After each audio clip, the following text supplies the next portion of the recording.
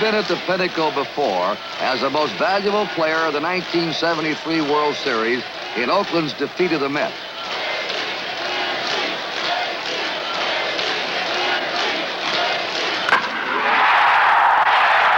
But could he ever top his final game performance in the 1977 World Series? It isn't likely.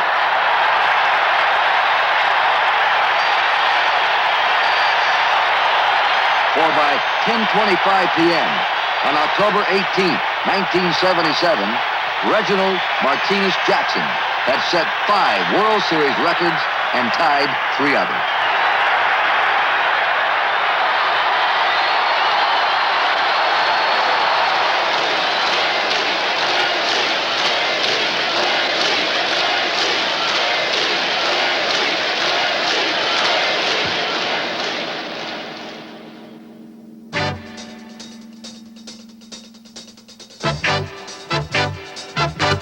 The first series between the Yankees and the Dodgers since 1963 began for the outgoing Tom Lasorda and fiery Billy Martin in refurbished Yankee Stadium.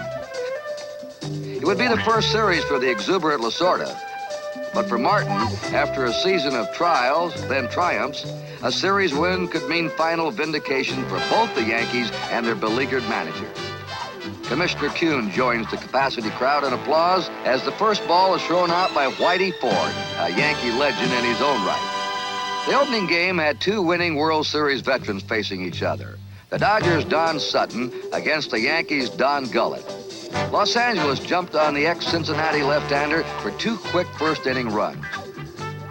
It was a game of might-have-beens and tantalizing if-onlys. For instance, if only Steve Garvey and Reggie Smith had not misfired on a hit-and-run play with no outs, the Dodgers might have run up a formidable lead in the very first inning. Or if only Steve Garvey had not hesitated between first and second on Glenn Burke's hit in the 6th, he might not have been out on a controversial play at home, and the Dodgers could have won Game 1 in regulation time. Some speculated that umpire Nestor Shylock was too far up the first base line to make the definitive call. In any event, it was close, very close.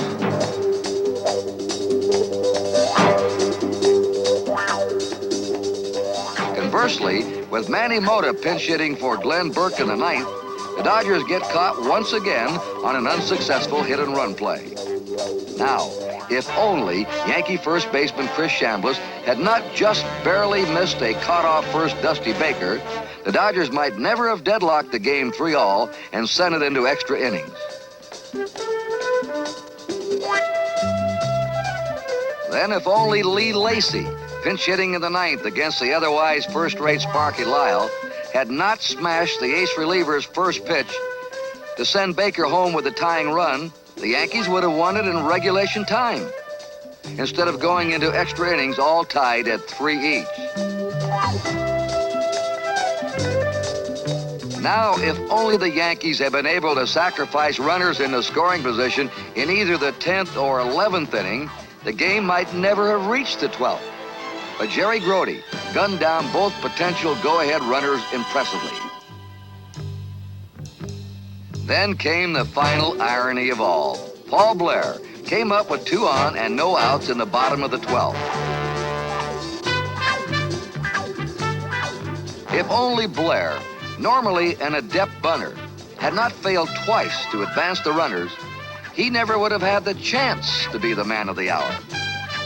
The hero, whose sharp single past the shortstop would drive in Randolph to win the first game for the Yankees 4-3.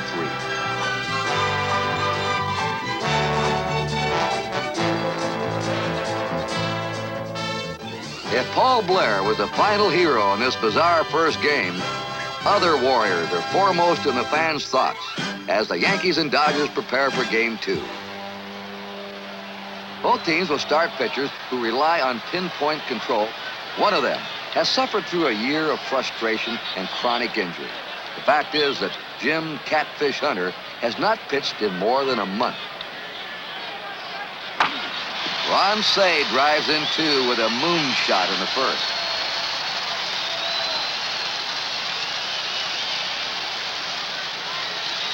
Then in the second, again with 2 out, Steve Yeager digs in.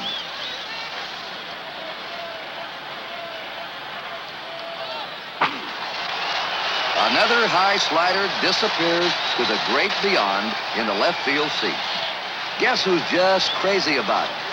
Mrs. Steve Yeager. With 1 on, 1 out in the third, the 31-year-old North Carolina farmer knows he must keep the ball down to this man. As one of 4 Dodgers with 30 or more home runs, Reggie Smith can zing you. Low and outside, just where Catfish wanted it.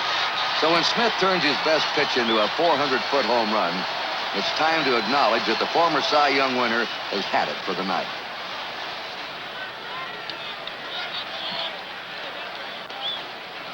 But a rusty, subpar performance cannot diminish the class of a great competitor, and these fans show they recognize class when they see it.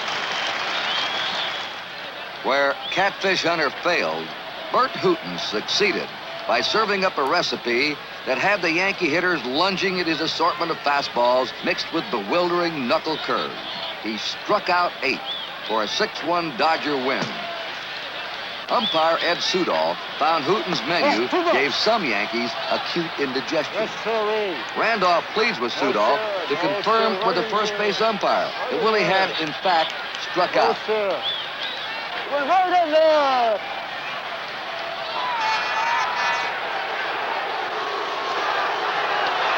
Listen here. He went far enough for me. Don't you be intimidating me. I'm not intimidating you. Don't you be intimidating me. I'm not intimidating you, but I'm going to tell you something. As far as I'm concerned, he went enough. Well, that's good enough for me. But, okay. But sometimes get some help on it, too, all right? All right, buddy. That's the rule. All right. Speaking of intimidation, no one who saw the first 2 games of this series could ever say that baseball is a non-contact sport. For instance, Steve Yeager's rainbow homer in the third produced this valiant effort by Lou Piniella before he falls in a heap after his confrontation with an unyielding left field wall. Oh, yes. And this goes with Ed Sudol's profession. Oh, baby. Get me? Right. Where we at? Get it under there. Okay. I'm gonna come at you. That's about 1,000 times this year. Is that right? Yeah. They take bets, Coca-Colas, and 7-Up that I'll get hit 3 or 4 times a game.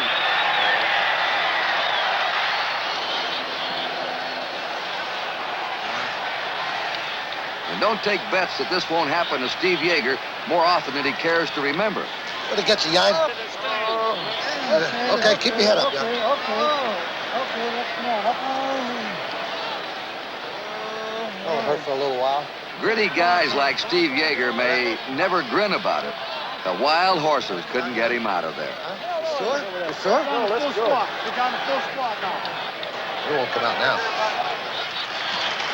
With the series deadlocked, the scene shifts to an L.A. tempo.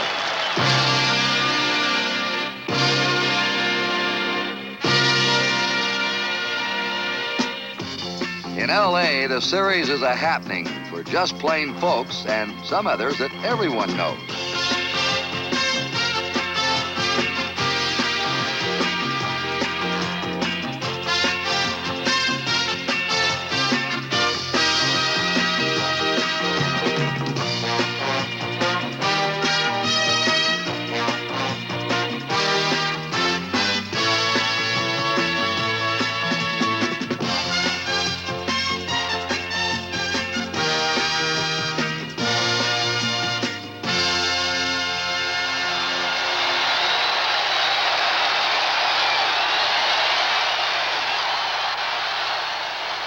Reggie Jackson said that Mickey Rivers makes us go. He hadn't up to now, and in Tommy John, the Dodgers had one of the great comeback players in sports. It didn't seem to worry Rivers, then very little does.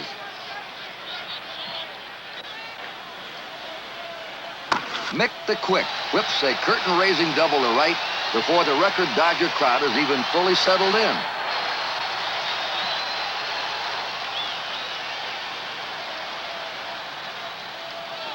Jackson comes up with 1 out and a man in scoring position. thanks to an opposite field double by Thurman Munson that had already driven Rivers home with the game's first run. Reggie slices a hit, scoring Munson. And when Baker overruns the ball for the first error of the series, Jackson makes it easily to second. Here on enemy turf, a group of Yankee wives hope it's only the beginning.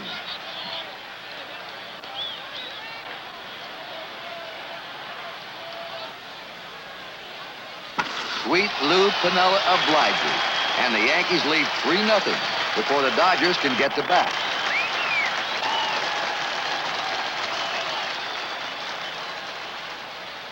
The Yankees' Mike Torres squirms out of the first 2 innings. But in the third, Reggie Smith's on first, with the dangerous Steve Garvey at the plate. Decapitation. Almost, anyway, as Garvey lines a blistering single to center to put runners on both first and third with 2 out.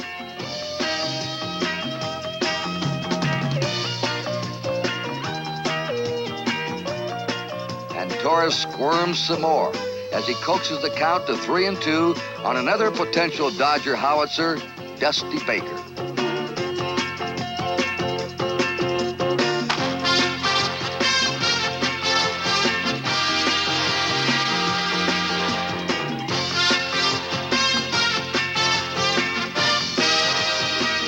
It's all tied 3 up, and the love-in that is the 1977 Dodgers takes full flight.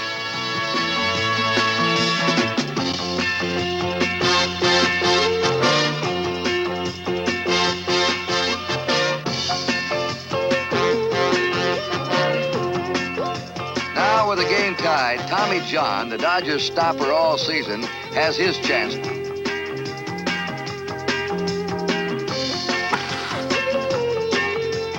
A good pitch becomes a scratch single. A high bouncer puts a man on third.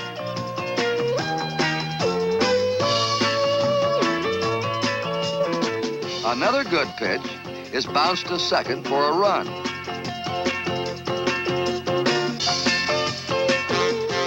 Sometimes it's better to be lucky than good.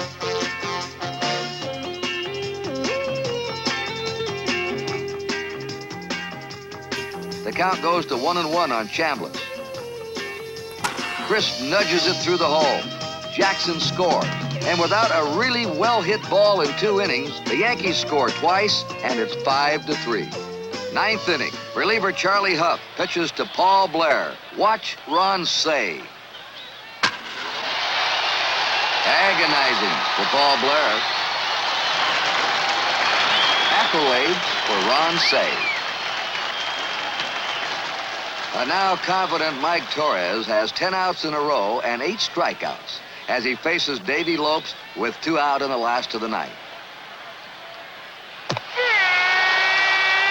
Lopes becomes the 9th strikeout victim, and Mike Torres, so instrumental in the Yankees' late season drive, wins another key game, 5-3, and the Yankees go ahead in the series 2-1. Typical Los Angeles Bluebird weather as the contenders prepare for Game 4. The president's mother, Lillian Carter, an enthusiastic baseball fan with a soft spot for the Dodgers, throws out the first ball and basks in that California warmth. Chris Chambliss on second, Lou Piniella on third. Rick Rhoden replaces Doug Rau with no outs in the second and 1 run in. With the infield deep, Nettles grounds to second, and Piniella scrambles home. The Yanks are up to their old tricks. With the infield in, Dent taps one through, and the third run scores. With 2 out in the bottom of the third, the Yankees' Ron Guidry has set down 8 straight. You might expect pitcher Rick Rhoden would be the 9th. Surprise! A well-hit ball past Piniella becomes a ground rule double, and Dodger fans get an unexpected lift as Rhoden ambles into second.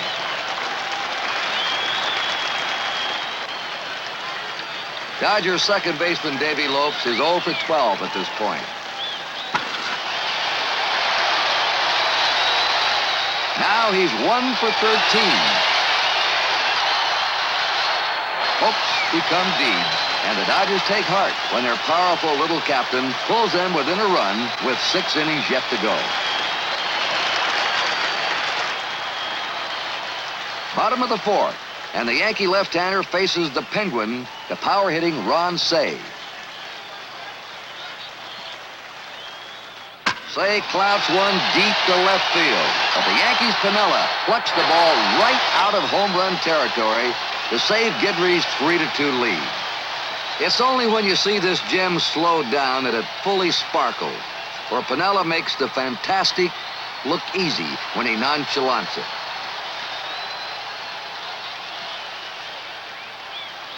Like Torres the day before, Ron Guidry gets tougher as the game goes on.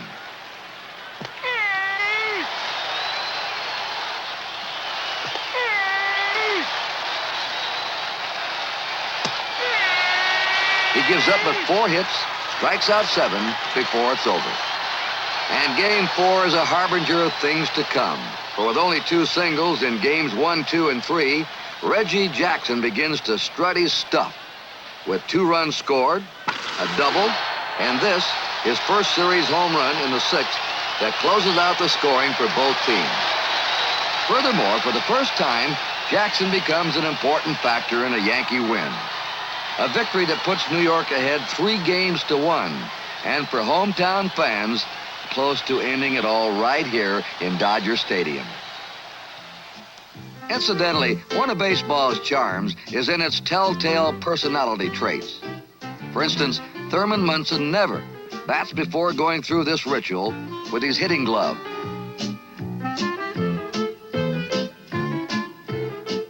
Then there's the Steve Garvey one-step.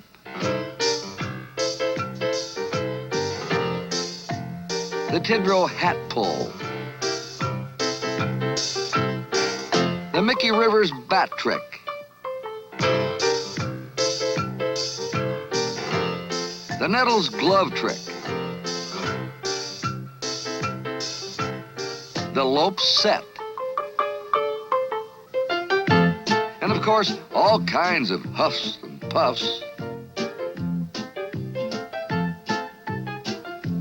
There's the Lasorda again. No 2 teams, no 2 players are ever quite the same in baseball's passing parade.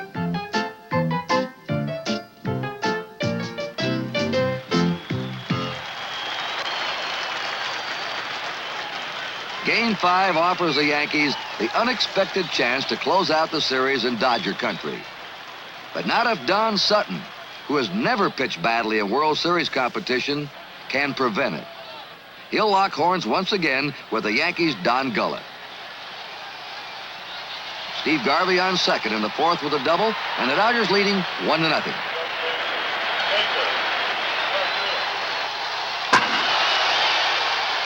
Dusty Baker slams the ball to left, and Garvey scores while Piniella's error, the first for the Yankees in the series, allows Baker to hustle in the 2nd.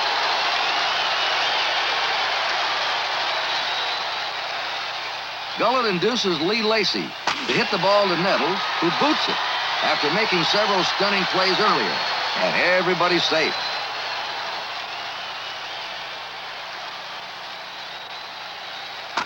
When Steve Yeager tidily parks a high Gullett forkball into the left field corner, the rout is on. This is the kind of command these fans have come to expect of their Dodgers.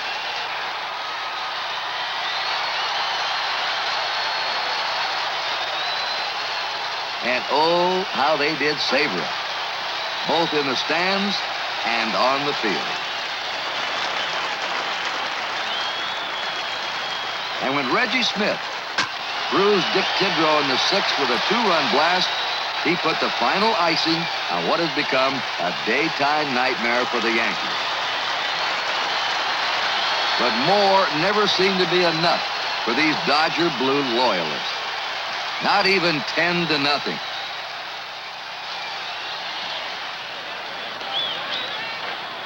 Don Sutton surrenders 2 Yankee runs in the 7th, plus a 2-out homer to Munson in the 8th. Determined to walk no one, Sutton serves up another fat pitch to Jackson, who jumps all over it for a vicious clout high off the foul pole screen and right.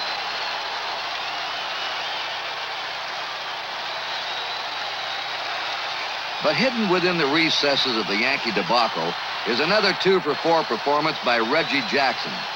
What is even more significant, Jackson is now getting around in the ball after being late on pitches throughout the series. But who could ever imagine what all this portended? Sutton settles down in the ninth to retire the last 3 men in order for a 10-4 complete game victory.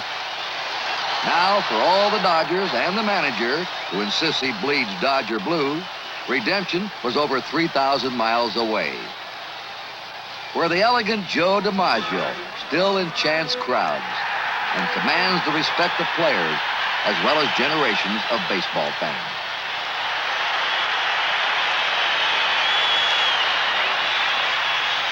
A hero of Game 3, Mike Torres paws his turf as he contemplates his first inning problem. Ron Cey on first, Reggie Smith at second, with the always tough Steve Garvey measuring his chances with 2 out. Steve goes with a pitch. Both runners score, and Garvey beats the relay into third easily to the delight of these Dodger wides. Just as they did in games 1 and 2, the Dodgers jump ahead 2-0. Bert Hooton, who had collared Reggie Jackson impressively in Game 2, walked him on 4 straight pitches to open the Yankees' second. It didn't seem all that significant right then, since Chambliss had not solved Hooton either. But this time he did. Not only check, but checkmate. And so the Yankee long ball hitting that had stirred itself in the burnt ashes of Game 5 awaits early to tie Game 6 at 2-all. The contrast in moods tells the story. With only 3 days rest and having thrown over 130 pitches in winning Game 3, could Torres hang on? Reggie Smith seemingly gave the answer with a monster shot deep into the center field bleachers. It's Smith's 3rd series homer and the 9th for the Dodgers against Yankee pitching. Yankee catcher Thurman Munson leads off the bottom of the 3rd.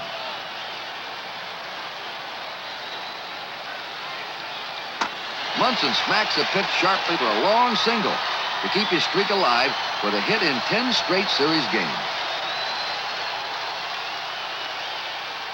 As Hooton tries to calm himself with a critical task ahead, some 56,000 fans here and over 65 million television viewers know that Hooton can't afford to walk Reggie Jackson again. One swing, and Jackson hits it on a line into the right field stand. The Yankees seesaw back into a 4-3 lead. The fact that he'd homered in his last 2 swings in the 8th inning of Game 5 and here in Game 6 was at this point little more than a curiosity. Tom Lasorda was ready for a change, but he wanted to give his bullpen more time. Get you out of here, Happy. Huh? We'll get you out of here. Hello, Tom. Hi, John. How are you? What do you want to do? What would you do in this situation if you were manager of this ball club, John?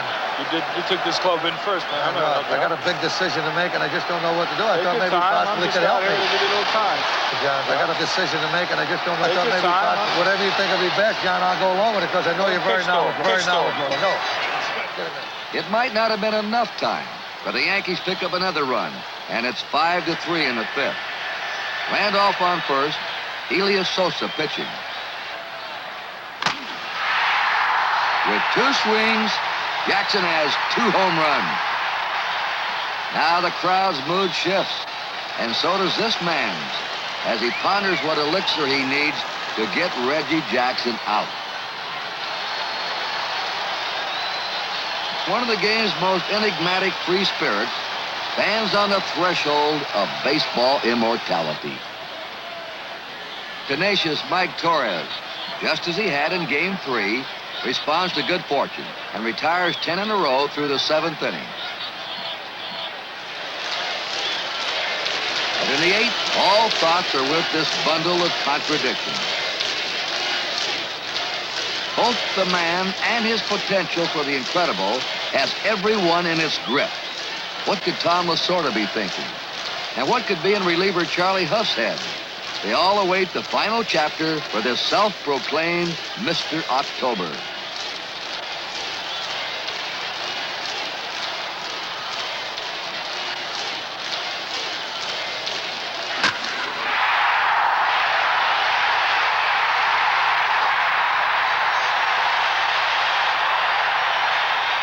Reggie Jackson stamps his name forever into the pages of World Series history. The bottom line, most homers, 5. First man to hit 3 homers in a row in one series game. Most runs, 10. Most total bases, 25. Magic time.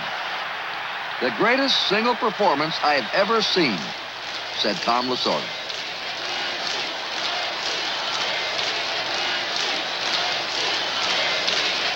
These Yankee fans just won't quit. They demand a curtain call.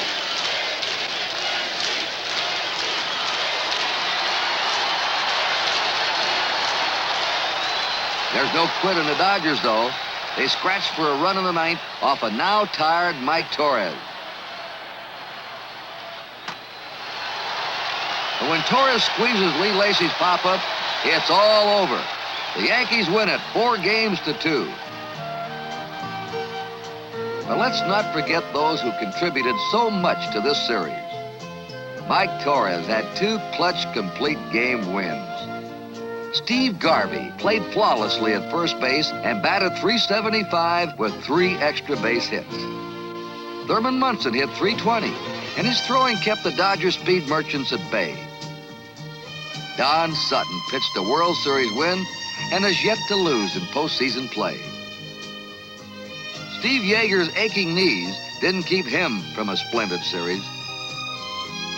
There was a solid craftsmanship of Lou Piniella. Ron Guidry's strong 4-hitter in Los Angeles. Reggie Smith's 3 homers and 5 RBIs. But when they talk of the '77 series, one man's performance will stand out. An achievement linking him with a great from the distant past. Reggie Jackson's lope blurs with Babe Ruth's spindle trot.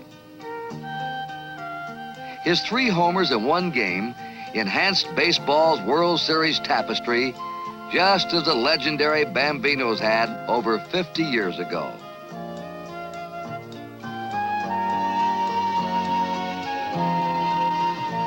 Reggie Jackson said, "I was lucky.